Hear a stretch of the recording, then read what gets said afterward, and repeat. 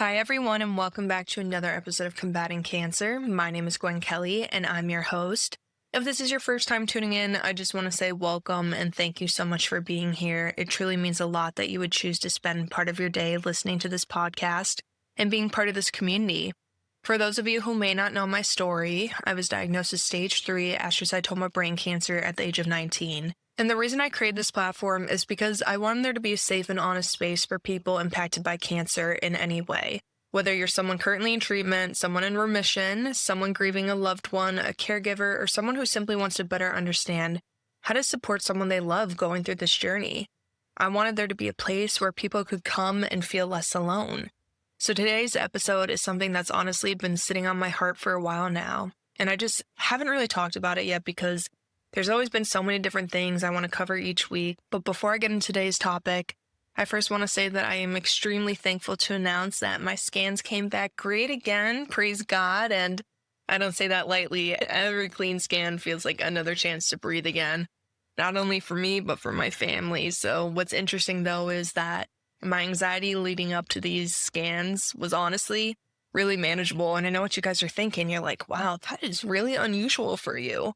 And yeah, I know, because normally scan week is horrible. I can't sleep. I overthink everything. I'm fighting with everyone. And I just convince myself every headache means something terrible. And I basically become emotionally unavailable to everyone around me because I'm just that anxious. So I apologize to Jake and my dad. But this time was different. I was sleeping normally. I was eating normally. I was spending time with family and friends. And I was just staying busy. I think I've realize that when I keep myself occupied enough, my brain doesn't have as much room to spiral into all the what ifs. And for probably one of the first times ever, I got a full night of sleep before my MRI. I know the oohing and awing you guys are doing while listening to this.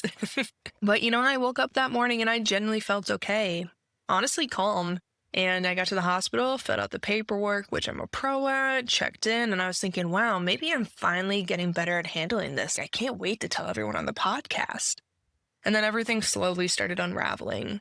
I was supposed to be second to go into the MRI, but the person before me showed up late. So, you know the drill. I ended up sitting in the waiting room for almost 40 extra minutes. And then there's just something about hospital waiting rooms that makes your brain start spiraling. The silence, the ugly paintings on the walls, the obnoxious coughing, the empty chairs, the lighting, oh my gosh, where I can literally see every single pore in my face. It's like your body remembers every hard thing it's ever gone through the second you sit down, and I could slowly feel myself starting to panic, and I just kept trying to pray through it and calm myself down and focus on the positives. I kept telling myself, you're okay, you've got this, God's got this, he's handling it, you can do it. And eventually I got myself together where I felt calm again, made a couple TikToks, and then they brought me back for the IV.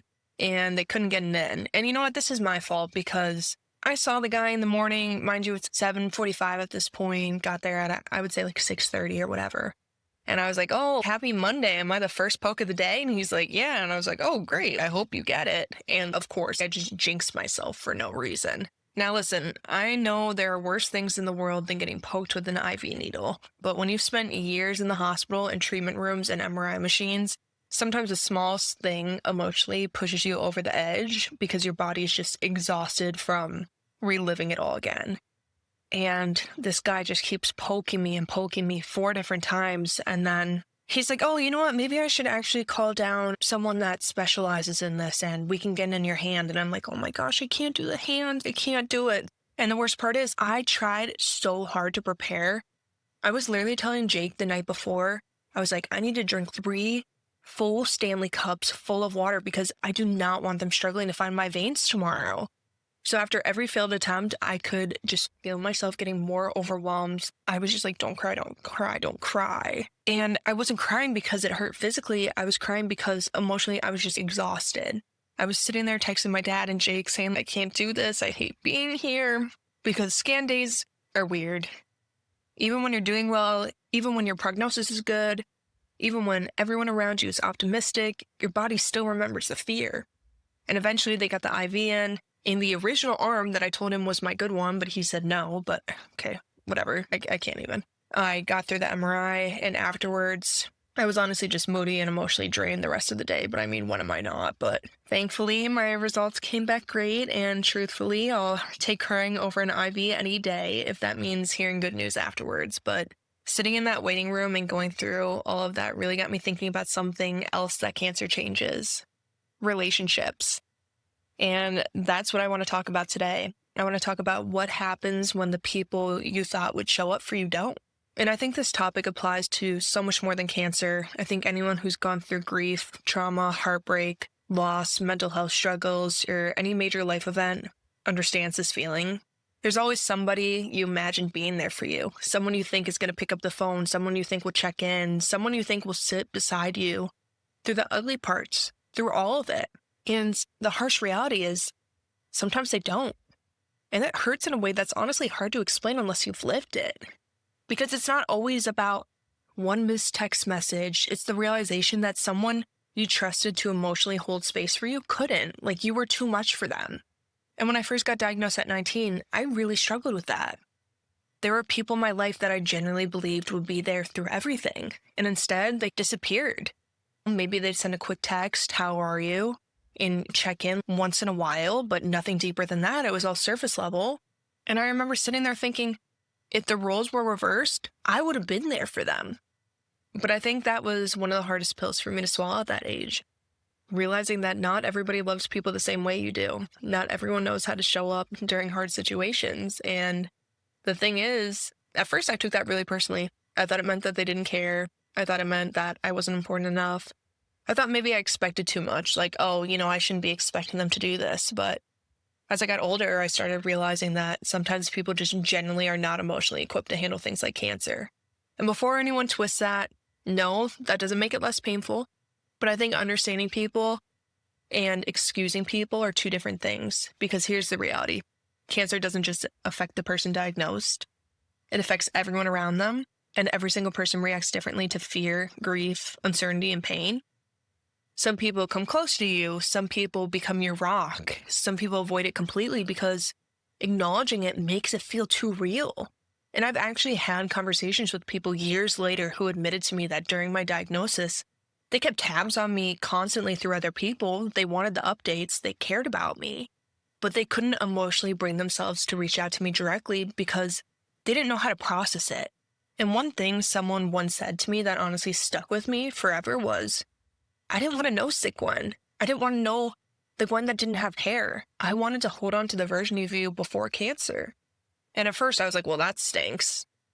But I just remember thinking, well, this is me now. This is part of my story. And now I have a podcast, so you're probably going to get talked about. But over time, I started realizing that sometimes people struggle because seeing somebody they love sick forces them to confront how fragile life actually is. And not everyone knows how to do that. Again, not healthy, not ideal, but human.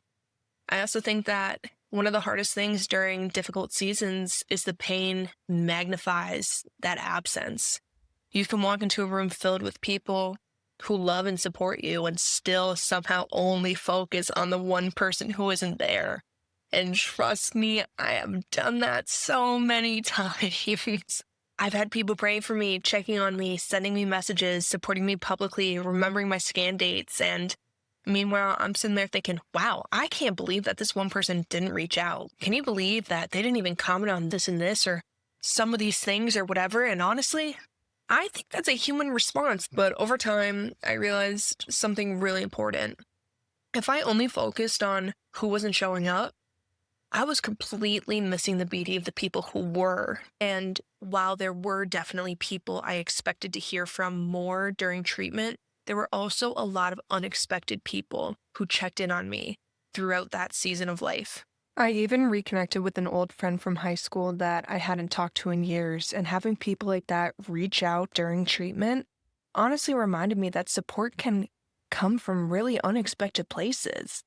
And I think that was an important perspective shift for me because instead of only focusing on who wasn't showing up, I started trying to appreciate the people who were. And I think that's one of the most beautiful things life does sometimes. While you're grieving certain relationships or feeling disappointed by people you thought would show up, other people quietly step in and remind you that you are not alone. And Now, instead of obsessing over who didn't show up, I really try to focus on who did. The people who stayed, the people who remembered, the people who sat in discomfort with me instead of running from it, the people who made room for the version of me cancer created. Because cancer changes you. It changes the way you think, the way you love, your priorities, your relationships, how you see time. As we all know, I like to talk about that one. And it also changes how you see yourself. I'm not the same person I was before my diagnosis, and I'm not the same person I was during treatment. And I'm not even the same person I was a few months ago. And honestly, none of us are meant to stay the same forever. We're all constantly evolving through every season we survive. So I guess the point I'm trying to make today is it's okay to grieve the people who didn't show up for you. That pain is real and it's so valid. Because trust, I get it. I get it. When I'm telling you I get it, I promise you I get it. I can't tell specific stories on here because it's too much and I don't want to call out specific people, but I get it.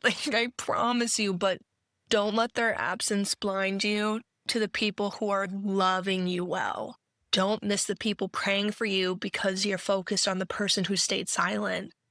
And don't harden your heart so much from disappointment that you stop allowing people to love you altogether. Because there are good people out there. There are people who will sit beside you in the hard moments. There are people who will stay. And if you're somebody listening right now who feels alone, I just want you to know that I promise there's someone out there rooting for you. Even if you can't see it yet, I promise you. And if you genuinely feel like you have nobody in your corner right now, then let this community be part of that corner for you. That's why I created this platform in the first place, because no one should have to fight alone. So if this episode resonated with you today, please feel free to share it with someone else who may need to hear it. And as always, if you or someone you know want to come on and share your story or have a business inquiry that aligns with this mission, my door is always open. Thank you guys so much for listening and for letting me constantly vent on here and get passionate and sound angry while I'm not. But I will talk to you guys all next Wednesday on Combating Cancer.